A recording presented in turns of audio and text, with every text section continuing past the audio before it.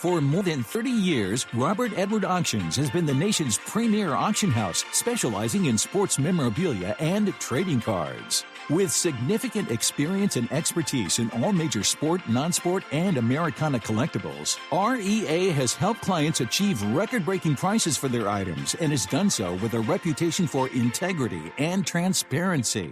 By actively partnering with collectors and enthusiasts throughout the entire process, REA has created the hobby's most trusted forum for selling high-quality collectibles. Go to robertedwardauctions.com for more information on how to buy or sell in their next auction. Experience, quality, consistency, and the quickest turnaround times in the grading industry? We are proud to partner with SGC Grading. Check them out at www.gosgc.com.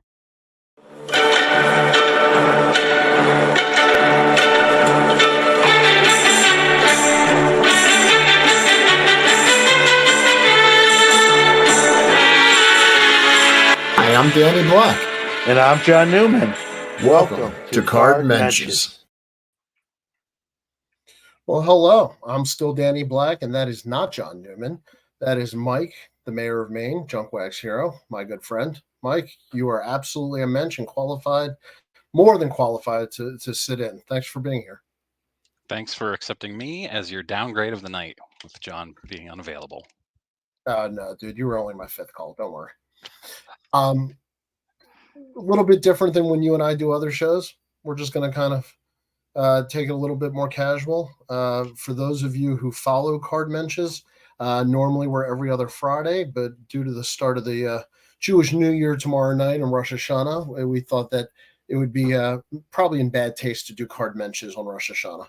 So we've decided to move it to Thursday night. Chris Ramsey, I am trying to watch the Orioles. My internet went out about 5 minutes before we went on air. So I am hotspotting this, and please keep me updated. Playing Tampa Bay on Fox right now. It's killing me. I know there's Thursday night football also. Ruben, I went to the store just for you, Ruben. There we go. Happy New Year. Yes, Happy New Year to you, Stephen. Mike, you're the honored guest, so I'm going to let you introduce yourself. Mike, channel name is Junk Wax Hero on YouTube. Been YouTubing for over 2 years now, and I enjoy sports cards, mostly baseball cards, and mostly vintage, and junk wax, obviously. Mike's channel is fantastic. If you don't already watch, and I'm guessing most of the people in the room here probably do know Mike, but if you don't, certainly check out his channel. He absolutely kills it almost every day. How many shows are you doing a week now? 28? About 4, maybe 5 occasionally. That's your channel. That's on my channel. Yeah. Right. And then, like tomorrow I'm on Newman's podcast, which will post 2 weeks later, I think, if I remember correctly. He does it in leap years. He likes to store them up, and then every February 29th, he releases all of them. Oh, wow. It's going to be a lot of content. I think I'm going to hear it about that one. Where is John Newman tonight? He is healthy. For those of you who asked, I got a couple DMs. He is watching the Savannah Bananas. So we can decide later if that's a good enough excuse. But he's watching the Savannah Bananas up in Syracuse tonight. And what can you say? It's a full VIP package with all you can eat food. And it's John Newman. So I think we saw the writing on the wall. You had me at all you can eat food, but the Savannah Bananas looks like an amazing show. They came to Portland, Maine last month, I want to say, and it was sold out 8 months in advance. And really? My wife was very upset.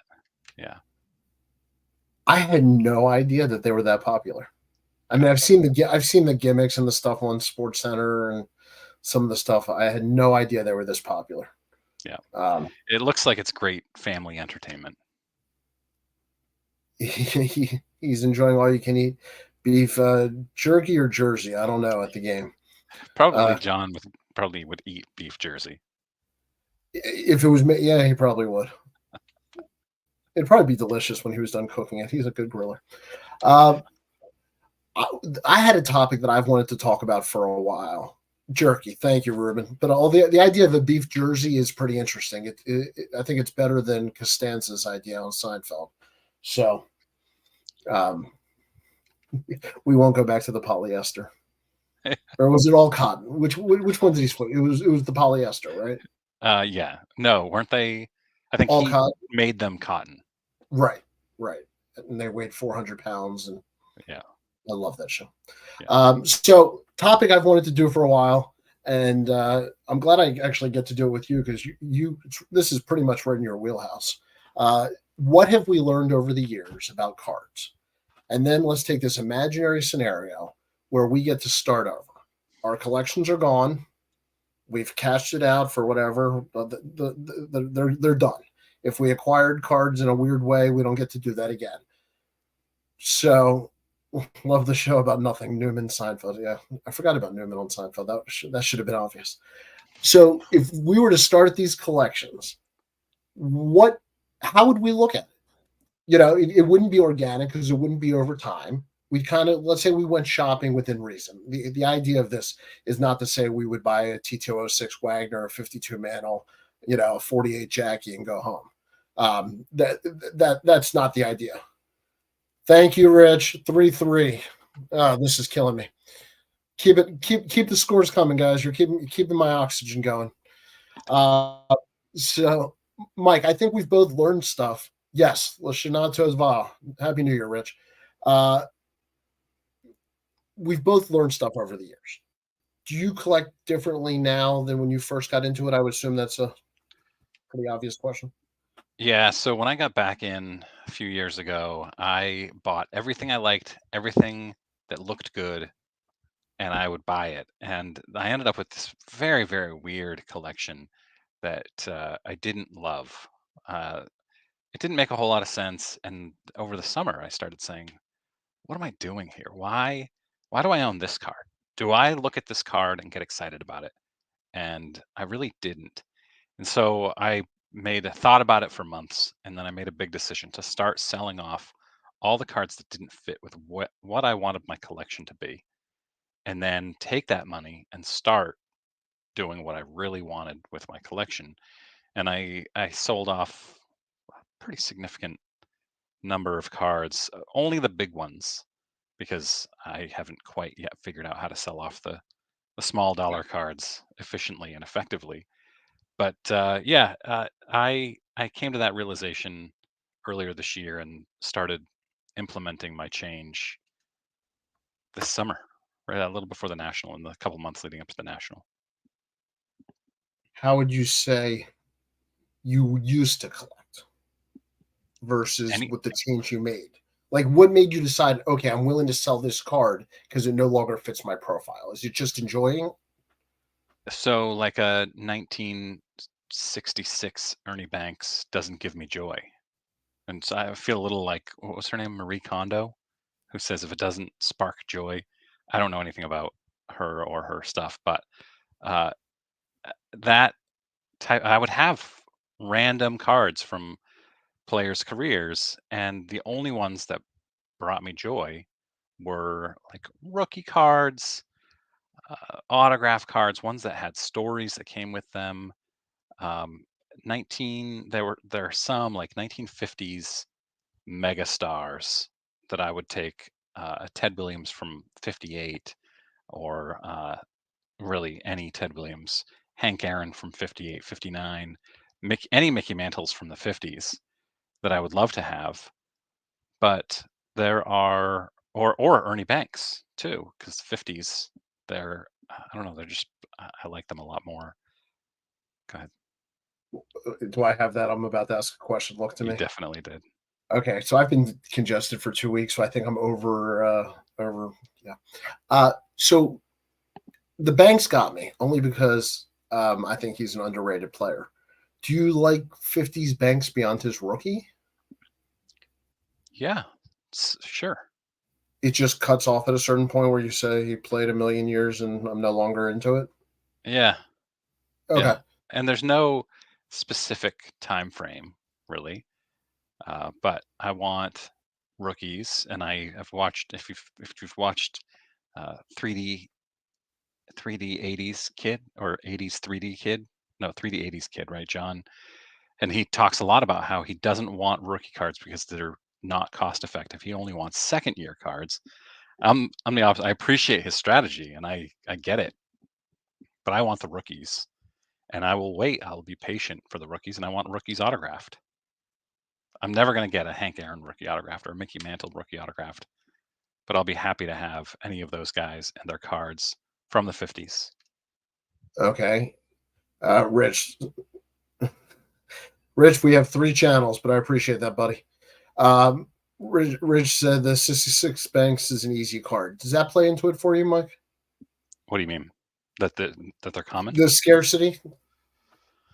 Yeah, maybe a little bit. Yeah, and I think this is exactly to that point. Yeah. Pretty highly produced card. Yeah. And he was already a star by the later years. Now, this might speak to your point. So the values and the cards tend to be more common because people collected and held them to the stars. Yeah, it's less about value. I don't think about value of my cards after I buy them, which seems strange.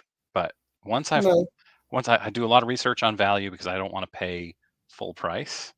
I want to get it for a bargain, and so I'll be patient. Mike fits in fantastic on card mentions, everybody. Oh, man.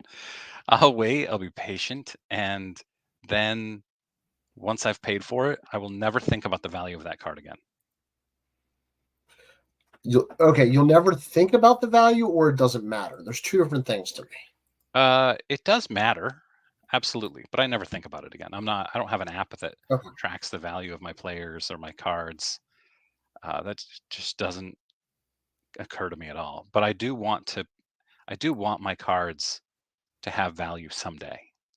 So in 30, 40 years, when I'm dead, I want my family to call up Chasing Cardboard or Chris Sewell and say, "Hey, I've got this great collection. Come by." Or Baltimore Sports Collectibles, Danny Black. Who? So some guy who occasionally does some brokering. Chris, my favorite player to collect is Yaz, Carly Ostremski, but Pedro Martinez, Ken Griffey Jr., those guys are my favorites. Do you seek them out now as part of your new mantra? Yeah. Les Griffey. Like, I want his rookie. I've got 2 of his rookies autographed there, and I want more of his rookies autographed. But I'm not actively buying Ken Griffey Jr. cards like I was before. So I think you and I are pretty similar because I got to a point where I wanted more stuff that I had personal connections to. I don't know I think that's kind of what you're describing. I want to talk about the autograph specifically because of that. But there was one card and I sold it and I felt bad. Like I literally felt like I sold out on that one. That's one that should have never made the first sale. Ruben, and I thought Mike was a huge Phil Plantier collector. He is. He just doesn't like Plantier.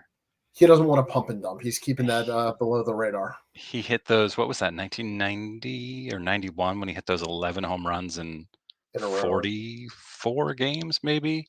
Yeah, man. And he had tree trunks for thighs. And I was just a little kid, and I was like, "This guy is so big. He's going to hit 1 million home runs." Can I tell you how many Mike Greenwell cards I had? Oh, I still have a lot. Mike Greenwell's nephew or Mike Greenwell's son follows me on Instagram. Oh, well, what's up, Mike Greenwell's son? Nephew? I think it's his nephew. Nephew? Yeah, I posted a rookie autograph of Greenwell, and he followed me and said, "That's my uncle," and he's posted things with him before. Very cool. Yeah. So I went through, and the card I sold was. Let me see if I. Greenwell should have been MVP in '88, by the way. Greenwell should have had a much better.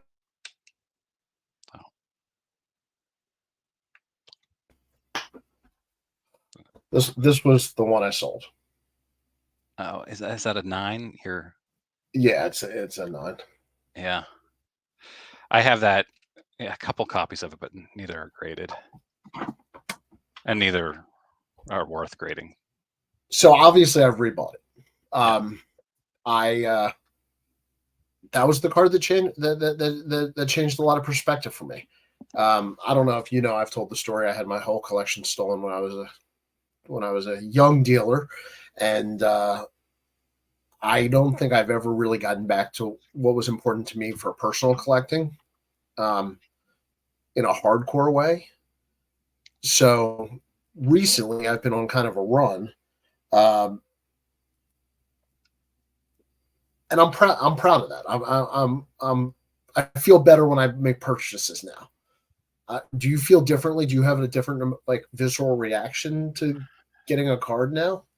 Yeah, I felt like I was hoarding before. I just see a card I wanted, see a card I liked, and I would buy it, and then there was no connection to them. There was no I would get it and I'd get excited for a second, and then I would put it away, and never felt any need to take it back out again and look at it. And now I buy fewer cards, but they're more meaningful, and they have formed a collection that I take out and I look at, and I'm proud of it and I enjoy it. So, yeah, that's what's important to me.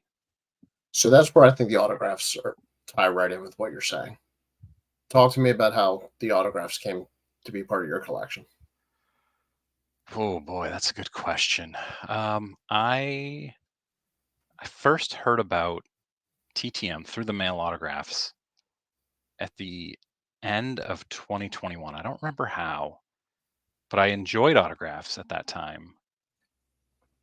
And it's hard for me to explain why I enjoy autographs. It's just they're different. It's not like I can get a junk wax card that holds zero financial value and get it autographed, and all of a sudden it has some financial value, but even more personal value to it.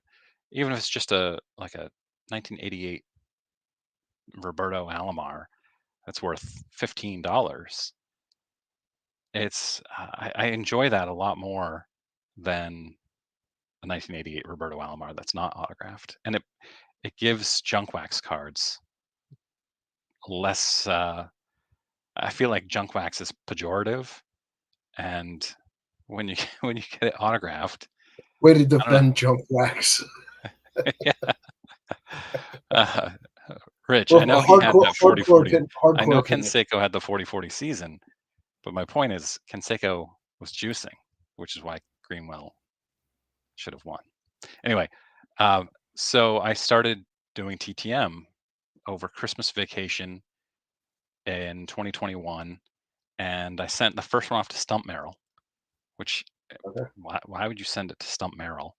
Well, I was a huge Red Sox fan. Stump Merrill was the Yankees manager in the early 90s when at the peak of my fandom, but he was also 5 houses down the street from me, and he was super nice to me. All right. I got to So ask, did you mail it or put it in the mailbox? I did mail it, and he still lives in that same house. I don't live down the street from him anymore, but Okay. we do live fairly close to each other. But he still lives in that same house. I thought it'd be weird if I rode my bike over to his house because it's not terribly far away. I'd be like, hey, Well, I'd still put it in the mailbox, but yeah. And safe then to I was say. hooked. I was hooked from there. I can just mail cards to people and have them sign them. This is awesome. Most of, I shouldn't say most of, a good bit of your bottom row is autograph cards. Yeah, I've got Koufax autographed, not via By the way, TTM because by he the doesn't way, do that. please tell And your wife, should something happen to you, I will be happy to handle that card. Crystal can have everything else. it is in quite poor condition here. I'll show you. And there's another mantle there behind it, also not autographed. Say, anytime you're not happy with that, let me know.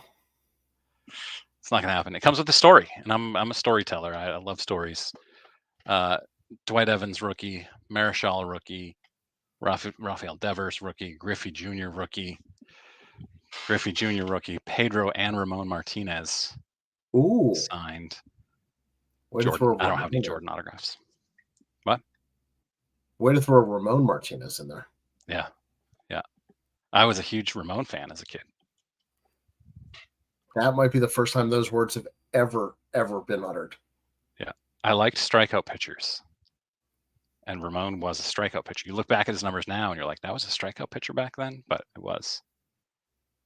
When you go to wait, hang on. What is US Sports Cards? When you go to a card show, which way do you go first? Left, middle, or right? Always right. That's a great question. I've never thought about it, but I do always go right. And then I do it. I go to I try to find the main aisle. Whatever the main middle aisle is, I try to cut through that first. Huh. So I guess I will always go all the way around, and then I'll go up and down the aisles if there are. Good. First one. All right, here's one from Chris Ramsey. Why don't the cards get numbered for stolen cards since the market is only going up? I know graded cards can be cracked. It would be beneficial. I have cards from the 90s for mailing purposes. Older players still to this day box them for autos. I just choose only 5 at a time once a month. It's a lot in there. Chris, try to unpack what I can get here. I'll start at the end here. I love the idea that you keep cards around and send out 5 a month. That's a fantastic way to hobby. I love that idea. It's actually pretty disciplined, which you don't always see in us collectors. The first part, Mike, can you make sense of that? I don't understand why don't the cards get numbered for stolen cards? I don't get that. Yeah, Chris, just clarify. Happy to answer it for you. Like the question as always. All right, so let's talk about now what we've learned and kind of who we'd be going after. In no specific order, nothing crazy, but I'm going to start with a couple of theories of things that I think I definitely did when I was a young dealer. Probably got away from because I can't help it. I love prospects, and I dabble in that always a little bit. But I would stick to more vintage. And at the time when I started collecting, it wasn't called vintage. So these guys were mostly still alive. The cards were in a lot of times only 10 or 15 years old, or 20 years old, whatever it was, but it wasn't 50, 60 years old. And the prices obviously were in a whole different world. I also think Mike Petty, how can Mike be a mensch? He's too tall. Yes, we are a shorter people, but Mike's a guest mensch tonight. I put down our definition of mensch is kind, thoughtful, and honorable, and Mike more than lives up to that. So, back to my theory. So that's kind of where I am. I'd be going more after good quality Hall of Famers or to be Hall of Famers, and chase a lot less Todd Van Poppel. Wow, got some Van Poppel hate in here. What about Ben McDonald? You want to? Oh no, sir. Orioles. Don't go there, sir. I will throw stats of Ben McDonald at you. He was his 1990 Upper Deck, man. Yeah. And real quick, I just wanted to show you this. This was my first autograph card. That is awesome. I want her Jenny Finch, if you're not familiar. Yeah, I want her Sports Illustrated for Kids card autographed. Oh, okay. Yeah, this is Rookie Review, that very well-known company. So you got a couple of theories of stuff you've learned over the years? Yeah, so I want my collection to be bulk vintage, like 90% vintage, 80 to 90% vintage. And the only modern guys I want to collect are Red Sox players that I loved, Pedro Martinez, Nomar Garciaparra, even though I stopped loving him in 2003 and 4. David Ortiz a little bit. I loved Ortiz, but I haven't really found myself collecting his cards. Guys like that. And modern autographs of Hall of Famers, rookie Hall of Famers, and Diamond Kings, Donruss Diamond Kings from 82 to 96. And then guys that I think are Can you elaborate on the Diamond Kings real quick? Just because I know there's a recent hobby tie-in. Yeah, so Perez Steel, Dick Perez was the artist who painted those cards, and he released them as part of the Donruss sets from 1982 through 1996 as a subset, and then I think the last couple of years where they were like inserts, if I remember correctly. And I want them all of the Hall of Famers autographed. And originally I wanted them all autographed, and then I've pared that back to just the Hall of Famers. I do have some that are not Hall of Fame, but that's fine. But then I also want guys like Shohei Ohtani rookie cards in PSA 10, only at the Topps Chrome, and Ronald Acuna. Ruben's coming at you. Bring it, Ruben. And Acuna is another one that I love Acuna. Yeah, and I have his first Bowman autographed, in-person autograph, which I find I like the in-person autographs versus pack pulled because you can get them at half the price, if not less, and it's still his autograph. I like that. Do you have specific cards? And I'm catching you off guard here because I didn't ask you in advance. Is there like one or two cards out there that maybe beyond the budget a hair, but if in our fictitious little game here, you'd push for, even if it meant the autograph was on there? Boy, there are a lot of autographs that I would love to have. For me, obviously, Koufax I'm drooling over. But the Clemente, if I could get a Clemente autograph and card. You said a little out of the price range. Okay. Fair enough. Clemente hasn't signed in 50 years. His autographs are big. I wish I would have bought more of those. I'll add that to my list of stuff that I wish back in the day that I focused on more. Yeah. Yeah, I'm trying to think. Like Griffey autographs are pricey, so it's not. I can collect Tom Glavine rookie autographs all day long if I wanted to. Tom Glavine never meant anything to me, but Griffey did. I was a huge Griffey fan, but Griffey's rookie autographs are very expensive. Well, you did a good job on the 89 Upper Deck. You got that one recently, didn't you? At the National, yeah. It was my biggest pickup at the National, yeah. Oh, Chris. Oof. Yeah. If your friend's in Baltimore and very generous, send them over. Chris clarified his comment above too. If we want to go back. Did I miss that? I apologize, Chris. Numbering the cards at manufacturing purposes, you can get the cards stolen. Yeah, like a barcode or something, some way to identify the card. I think then they'd have to give away print runs.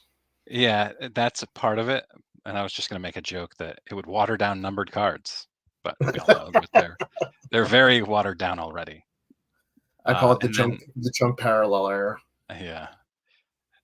Then there was another, I think somebody had a question up above. It was US Sports Cards. Next year, Fanatics launched a buyback program for the Cy Young Award winners, like the current MVP buyback. Do you think it could jumpstart hobby love? This is such a great question.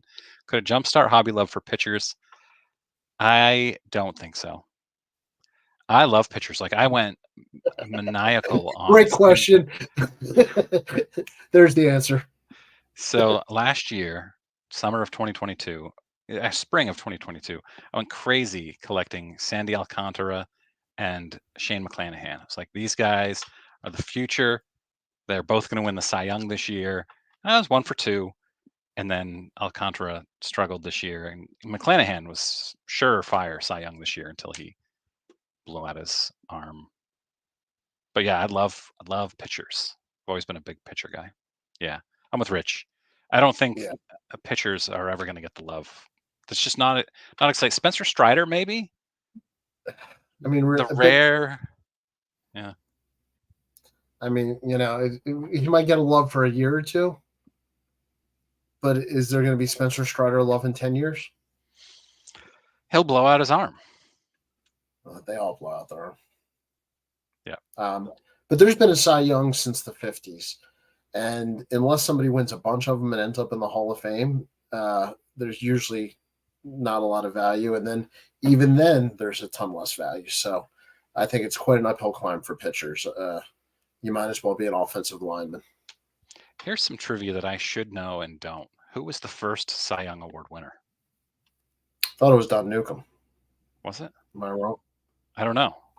I don't know. Mike, keep talking. Talking. It feels like something I would have known as a kid that I would never ever forget, and I don't That's remember. exactly. Don Newcomb. Yeah, there you go. Seems like the only pitchers that will have longevity is closers, the way starters are dropping. Mike loves pitchers except Jack Morris. Man, I will never live that Jack Morris thing down. So tell the Jack Morris story. I mentioned on a video that I didn't think Jack Morris deserved to be in the Hall of Fame. And it was just like this throwaway line. And I got so many comments about it. And I said, okay, I've got to do a video. I mean, people were really mad about this line. So I did a video that broke down the argument for Jack Morris. And I think I had a smile on my face the whole time. And boy, did it make people mad. Look, Really? I love the Hall of Fame arguments, but I really don't care.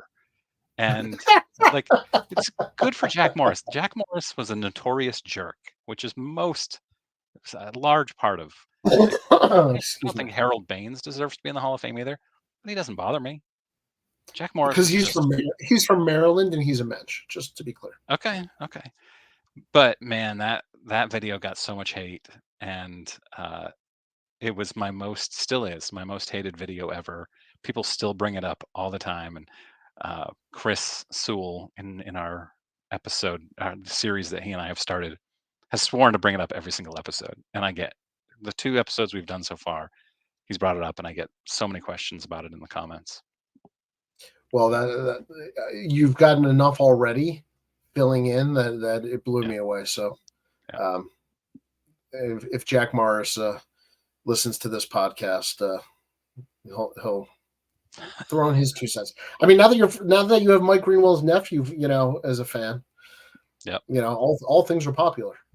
Jack Morris's nephew. That's what we want. We want Jack Morris's nephew to weigh in. Yeah, I got an email today of a longtime subscriber sent me a picture. I guess he was at a Jack Morris signing, and said, he's got all the cards in front of him. He said, "Any of these cards yours, Mike?" Every day I get something that's Jack Morris related. That is. Well, now I know what to send you. That and things that kids don't say. Yeah. I want you to know, and I'll share the story that way. Uncle Rich, and before the Jack Morris comment, to think I respected your opinion. Sarcastic font. I'm surprised you ever respected my opinion, Rich. That's the real question here. All right, other tips so we can wrap it up for people thinking long term. There's just a couple things I think get overlooked that I'd like to have a little bit more of a niche on, or niche, however you want to be pretentious. I would have gotten into vintage wax. Okay. And that's virtually unaffordable on any real level at this point. So we're saying we're going to replace our collection with things that we know are much more valuable now. Because I would have all kinds of 52 Mickey Mantles. Things that I wish I owned personally. Like I wish I had any vintage wax, and at this point I really can't get it. I'd be happy with the wax wrappers. I've thought about that. I collect. I'll probably end up there. I know, but they're still so much cheaper than the ones with the cards. Yeah. Yep. So that would be, and I would have gotten into women's sports more earlier. As you saw with the Jenny Finch, I've always bought women's cards, but I would have done more earlier. I would have gotten a Babe Diedrichson while I could have afforded it. I would have gotten a Billie Jean King. There's just, and I know I'm leaving out a ton of people, but I absolutely would have hit that market because I thoroughly enjoy it now, and I'm late to the party on a lot of the pricing. Serena rookie autographed.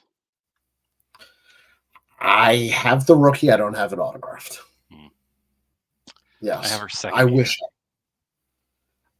Her so autograph. Babe Diedrichson, your Grail then? So I have a Jim Thorpe, Babe Diedrichson, Bo Jackson, Deion Sanders kind of multi-sport, like real love for what they did as athletes, Sure. and that is a huge thing to me.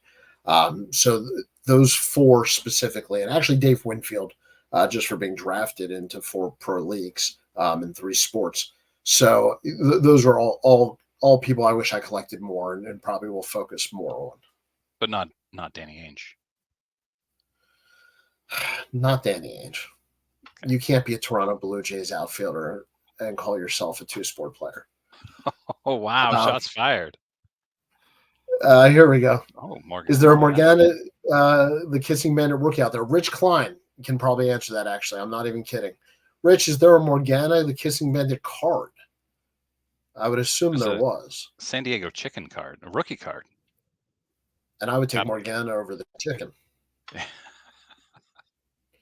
I'm gonna touch that one. If you're of a, I was about to say, if you're of a certain age, Morgana, the Kissing Bandit should just make you smile.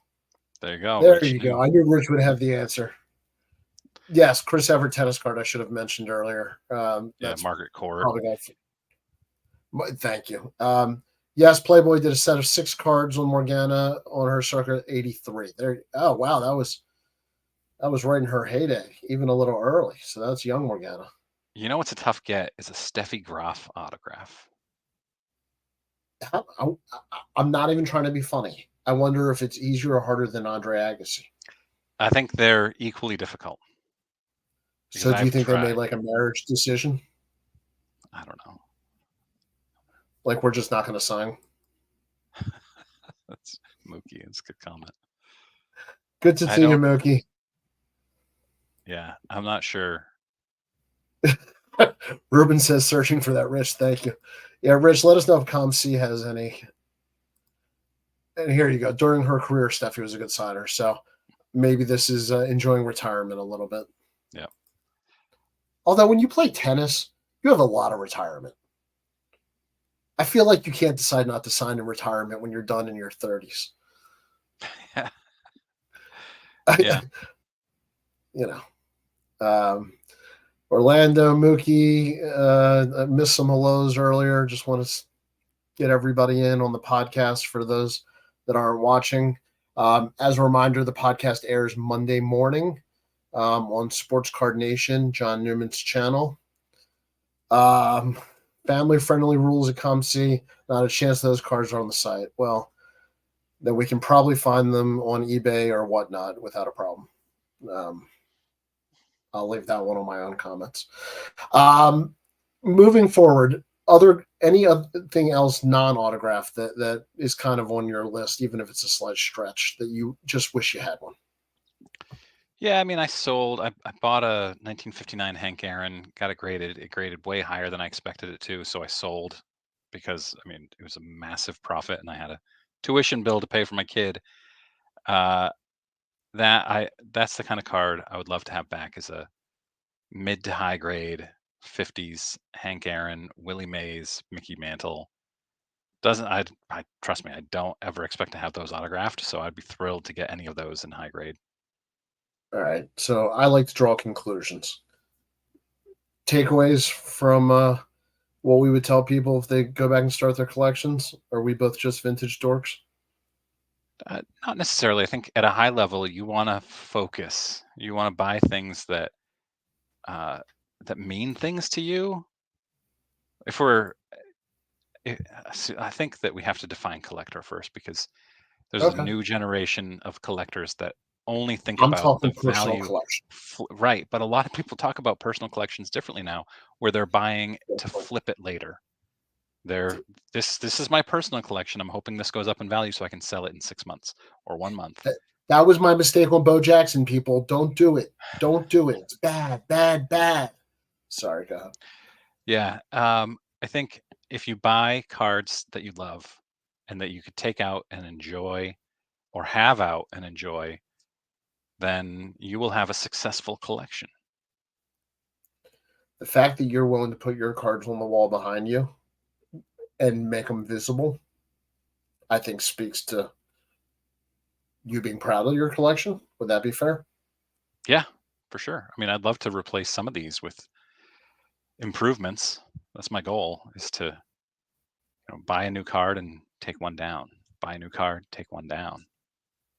There you go. Well, when you take down Sandy, let me know.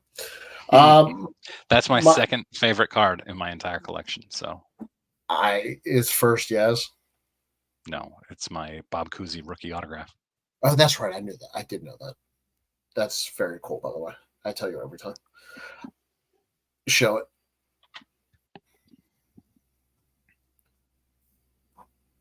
Yeah. It's a nice signature. It was in a screw down when I got it, so wow. I knew it would probably come back as authentic, but that's okay. But look at that autograph grade. Yeah. Chris Ramsey, I've got 50 Bo Jackson 88 Topps football rookie cards, and Topps traded 15 of them. Gotta love Bo. Now, he actually won't sign my card anymore. It has to do with the licensing agreement, I think, with Nike. So that card autographed goes for a fortune because he did sign some early on. And so it's like the Michael Jordan, not Michael Jordan, Tiger Woods Sports Illustrated for Kids rookie card that there's only 2 ever that have been found autographed or graded autographed. I did not know that. Yeah, he won't sign them. Just because? Different branding? Yeah, I don't know. I'm not really sure. Or one of them, they didn't pay him for the card probably originally.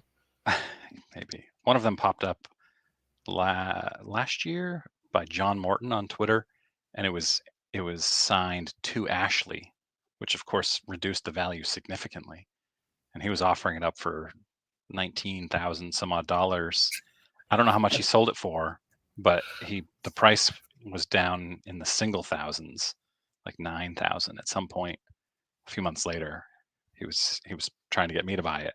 I was like, dude, I can't afford that. And my name's not Ashley. Exactly. Yeah. I don't want personalized signatures, even to Mike. I was about to ask you, you wouldn't do it to Mike? What if it was to you, Mike, not a random Mike? No, I don't want it. Yeah. Jordan signed exclusively with Upper Deck years ago. Hey, Fanatics is doing a ton of exclusive deals now. They announced Harry Kane the other day, so who knows? All right. Well, we're on the tail end here. If somebody can give me an Orioles update, that'd be fantastic. My TV is just coming back on, so I have no idea what's 15-3. You're kidding me. I am. Good, because we'd have to delete the whole episode. Let me see what you got. Oh, you didn't even tell me about that, did you? Came in today. If you followed my channel, you'd know. Some of us also work for a living. It's sticker auto, so I'm selling it. For those of you who don't know, this is great. My wife would definitely ask who is Ashley. Steven. Oh, man. 4-3 bad guys. 13-7 Eagles at the half. This will play great on the Monday morning podcast, by the way, Mike. This is John loves when I do this. Yeah. Raised to 4-3. Thank you. All right, guys, we're going to wrap it up tonight. Mike, I want to thank you tremendously for being a fill-in mensch. Anything else you want to pass along, or did we hit it all? It's going to be awesome when I'm showing my cards on the podcast. People are going to love that. Oh, I do it all podcast stuff. This is way past my bedtime, so I really appreciate you guys tolerating me. I really wasn't sure what happened past 9 p.m., so this is cool. Thanks for having me on and showing me. And he's not exaggerating, guys. I've texted him at 9:04 and don't get a response until 5 a.m. the next morning. And he has no problem texting it very early in the morning to make up for it. So, hey, if your phone wakes you up, that's your fault, not mine. Hey, I truly don't mind texting you late, so fair is fair. Chris, pleasure as always. Thanks for jumping on a Thursday. Ruben, appreciate it. Happy New Year to you. Orlando says goodnight to Mike. Well, Orlando, Danny says goodnight to you. Chris, I get up at 4 a.m. Yeah, I am often up at 4 a.m. too. Yeah, well, That's a there you little go. too early for me. I prefer 5. I haven't seen 4 for a good reason in a long time. If I'm up at 4, nothing good's going on. That's what happens when you're a father. Yeah. All right, let's get us out of here. Mike, thank you for joining me and stepping in. Card Mensches will be back 2 weeks from tomorrow, so that is what, the 29th, if I have my math correct. And once again on the Monday podcast, it'll be 2 weeks from this previous Friday. Still the 29th, though, when you do your math. And we'll get one more in here. Mike Petty, good night, Mo. Good night, Curly. Good night, Larry. There we go. Petty always kills me. I love that. All right, fantastic. Thank you, my friend. I'm going to play this out. I will see you in the green room. All right.